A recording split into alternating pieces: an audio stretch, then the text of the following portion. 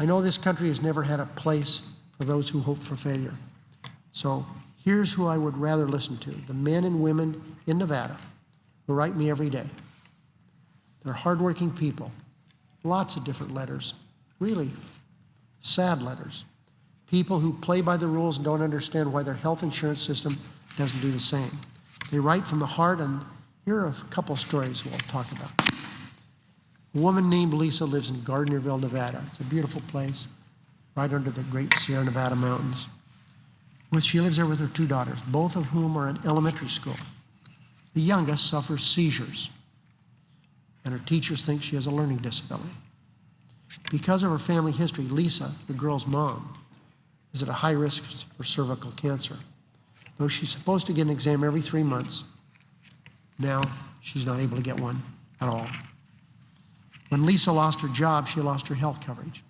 Now both Lisa and her daughter miss out on the tests and preventive medicine that should keep them healthy.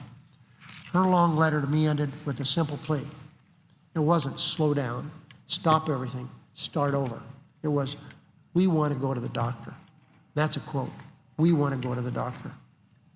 Another person named Braden lives in Sparks, Nevada. Sparks and Reno are side by side. Braden works a 55-hour week to support his family, but it just barely pays the bills. It's not enough for him to get health insurance. He had to go to the emergency room. $12,000. That's the only place he could go. He's a brave man, though. In his letter, he doesn't dread the debt he carries. He's going to pay it, or try to.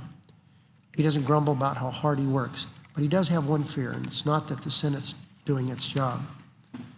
His fear is, as he wrote, and I quote, if I was seriously sick or injured, I'd lose it all, end of quote. That's the way many Americans feel. One more, Michelle, a 60-year-old woman from Fallon, Nevada, about 60 miles southeast of Reno.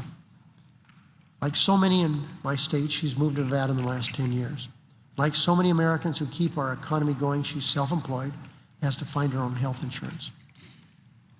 She has 2 choices. One is a company that won't give her a policy because she takes 3 prescription medications. The insurance company only allows you to have 2. So Michelle's stuck buying insurance from the other company, the only one that will sell her a plan. When Michelle moved to Nevada a few years ago, she picked the cheapest plan. Now, within these 3 years, her plan now costs 3 times as much. 3 times as much. That doesn't include dental or vision insurance. It's a very minimal, bare bones policy.